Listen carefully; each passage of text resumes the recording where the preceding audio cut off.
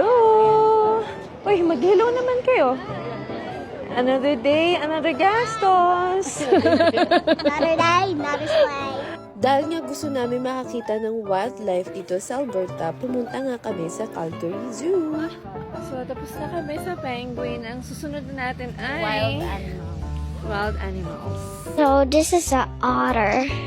Nasa $40 din ang entrance fee, pero talaga namang mag-i-enjoy ang inyong mga chikitings dito sa Calgary Zoo. Kamusta, te?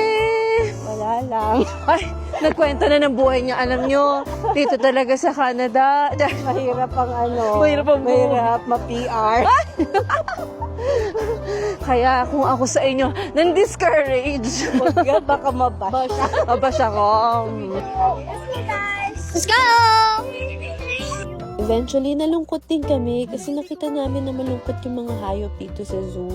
Kasi naman, di ba, mas okay talaga kung nandun sila sa wild forest.